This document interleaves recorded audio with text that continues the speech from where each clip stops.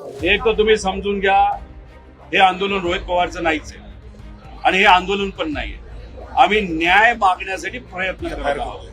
FIR करण्याचा प्रयत्न तिथं करतोय आणि खऱ्या गोष्टी लोकांसमोर याव्यात यासाठी मी असेल, हे सर्व मंडळी असतील, बाकी त्यांच्या पक्षातले काही लोक असतील आणि अशा पद्धतीने सगळेच लोक आपापल्या लेवलला तिथं प्रयत्न करत आहेत.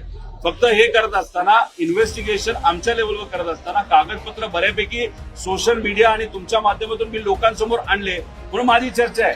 ठीक आहे, माझी चर्चा नाही, हे सामान्य लोकांची इच्छा आहे की दादांना न्याय मिळाला पाहिजे आणि म्हणून हे वातावरण त्या ठिकाणी कुठेतरी आता या लेवलला आलंय की त्याची दखल हे केंद्र सरकारला सुद्धा आता घ्यावी लागते. विषय एवढाच आहे की साहेबांच्या बाबतीत एक गोष्ट तुम्हाला सांगतो की एखादा व्यक्ती योग्य पद्धतीने लढत असेल तर पवार साहेबांचा पाठिंबा असतो आणि पवार साहेब बोलूनच दाखवतात असं नसतं. दिल्लीला आमची प्रेस कॉन्फरन्स झाली तेव्हा दादा पवार साहेबांच्याच बंगल्यावर त्या ठिकाणी झाली होती आणि आता येणाऱ्या पार्लमेंटमध्ये 9 तारखेला सुप्रियाताई, डॉक्टर पोले व आमचे सर्व खासदार, इतर पक्षाचे सुद्धा खासदार, ज्याच्यामध्ये काँग्रेस असेल, एकनाथ शिंदे साहेबांचे सुद्धा खासदार हा मुद्दा मांडतील असं आम्हाला वाटतं. कारण का आम्हाला विरोध हा भाजपच्या नेत्यांचा त्या ठिकाणी होतो या प्रेस कॉन्फरन्सला.